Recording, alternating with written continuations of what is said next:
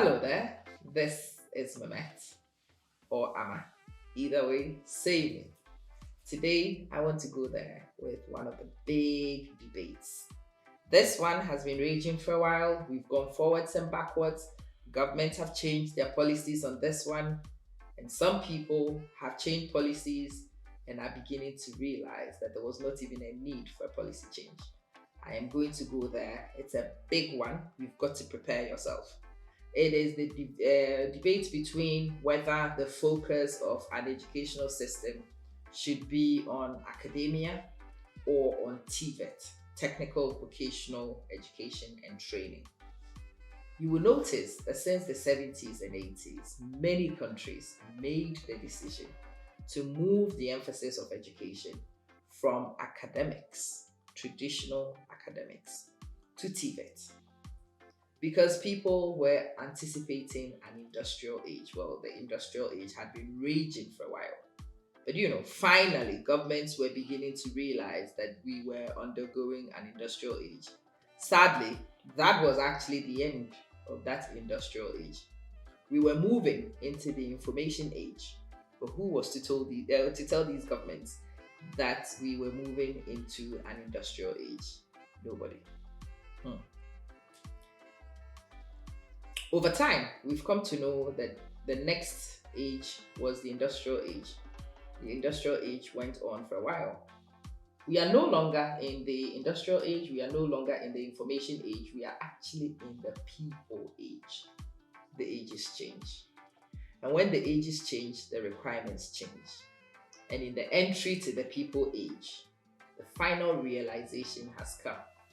TVET, as wonderful as it is, TVET as helpful as it is, TVET is also not the be-all and all.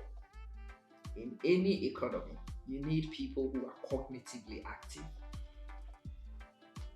They may not be able to make anything or build anything. They do not need to know how to use a machine. No.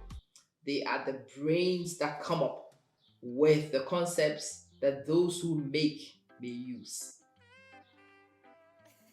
They are the dreamers, the strategists, the originators who come up with ideas that the makers will be too busy to figure out.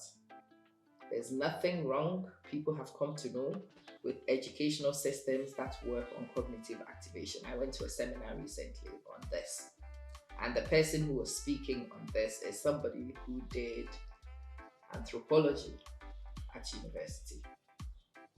A few years ago, if you met somebody who had done anthropology in the university, creative writing in the university, a lot of these things that did not have jobs ready-made for them were considered as waste of time courses, for lack of a better expression for them. And yes, most people were not favoring these things when you were choosing courses, but this person sat in conference and explained to us how every job he has done was actually improved by the anthropology and psychology in particular that this person had done. At some point, he was working in a burger shop. His understanding of human psychology is the reason why in the burger shop, he was one of the best customer services people. He knew the things that people want. He knew the things that made people feel good. He knew the expressions that people had. He interpreted people's expressions accurately.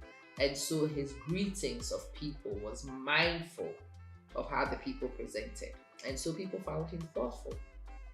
Yes, the job he was doing was not actually requiring his university degree, but the university degree was definitely enhancing this person's opportunities in these businesses. He quickly rises to manager and eventually again manages to get himself a free franchise. And all these things are because of the cognitive activation that had happened in university, studying a course that would never get him a job. But again, now we are coming to realize originally the way academics were set up. Although some people began to see this as a weakness, especially in the rise of TVET, People are now beginning to realize why it was originally set up that way. It was not originally set up that you finish a degree and there will be a job waiting for you. No, you finished the degree and you were so cognitively active that you found a way to make your own job. You finished the degree and you were so intelligent and so active that you created your own job and employed other people. You finished university, you came out such a deep thinker that you could think and figure out solutions for yourself and for other people. This had been bastardized in the rise of TVET. I am somebody who believes in TVET. I believe a lot of economics rely on TVET.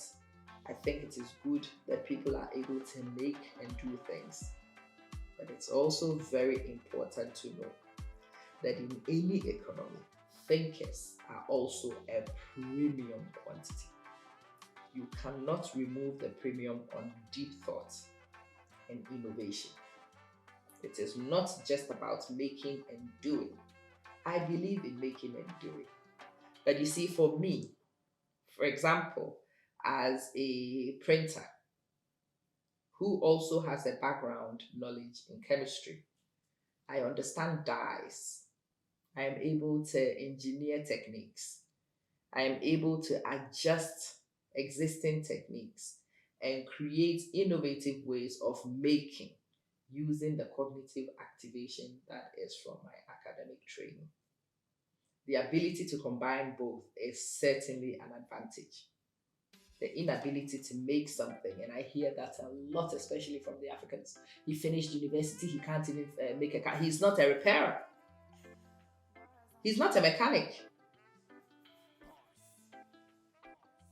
He understands the deep systems. He's probably going to create the systems that those who actually make, repair, and do will use.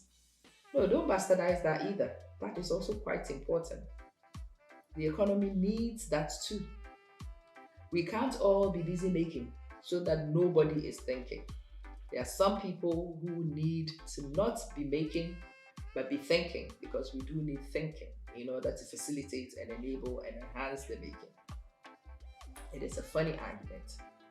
When you really strip it back down to basics, you realize it is a foolish argument to even be having. Those who can make should be encouraged to make. Those who can think should be encouraged to think.